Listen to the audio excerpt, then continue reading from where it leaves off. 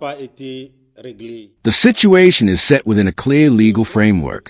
The Arlit concession, granted in 1968 over 360 square kilometers for 75 years, has been successively transferred to Senate, Kojima, and then Orano Mining in 2021. This concession constitutes a conditional right of exploitation, not ownership of the Niger subsoil, which remains the sovereign property of the state of Niger.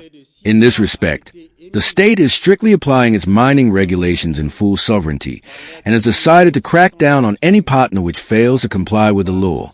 In economic terms, consolidated data over more than 50 years reveals systemic imbalance in the marketing of uranium production in Niger, while Orano's stake in Somair stands at 63.4% and Somair is 36.6%.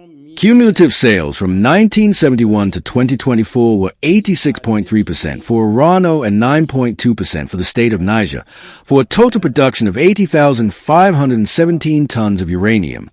This structural discrepancy, documented from period to period, has never been corrected, resulting in a cumulative loss of earnings and a lasting undervaluation of public shareholding.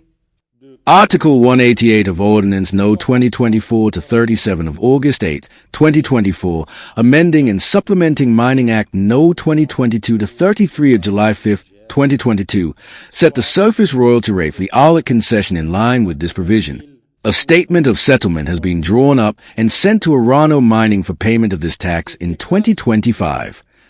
This state of liquidation has not been settled by Orano Mining. Refusal to pay duties and taxes constitutes an offense punishable by penalties ranging from the application of penalties to withdrawal of the title concerned. In accordance with mining regulations, Orano Mining was given 6 months' notice by letter number 635 dated September 23, 2025. Orano Mining has not complied with the grievances set out in the formal notice to comply with the provisions of the mining law and regulations. The process of withdrawing the Arlit concession is therefore proceeding in accordance with the mining law. After the events of July 26, 2023, the quantity of uranium extracted is around 156 tons. If we apply this percentage, 63.4% and 36.6%, you'll see the share of uranium that goes to Orano as part of the company's shareholdings. Today, it's not 1,000 tons. It's around 2,000 tons that was extracted from the subsoil through the sweat and toil of Somair's workers. This has been made possible thanks to major investments by the state of Niger.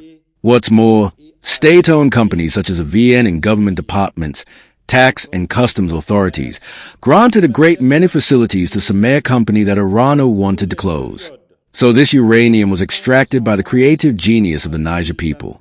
They are the ones who have assumed responsibility for its operation, and it is the state of Niger that has financed it. Even though it had left $58 billion in debt to a country it had never even considered, for years up until 2008 Orano always reduced the uranium content from 75 to around 60 or 63. This is an act of theft. If there's a theft, it's like a theft of electricity, because the Somair laboratory is autonomous.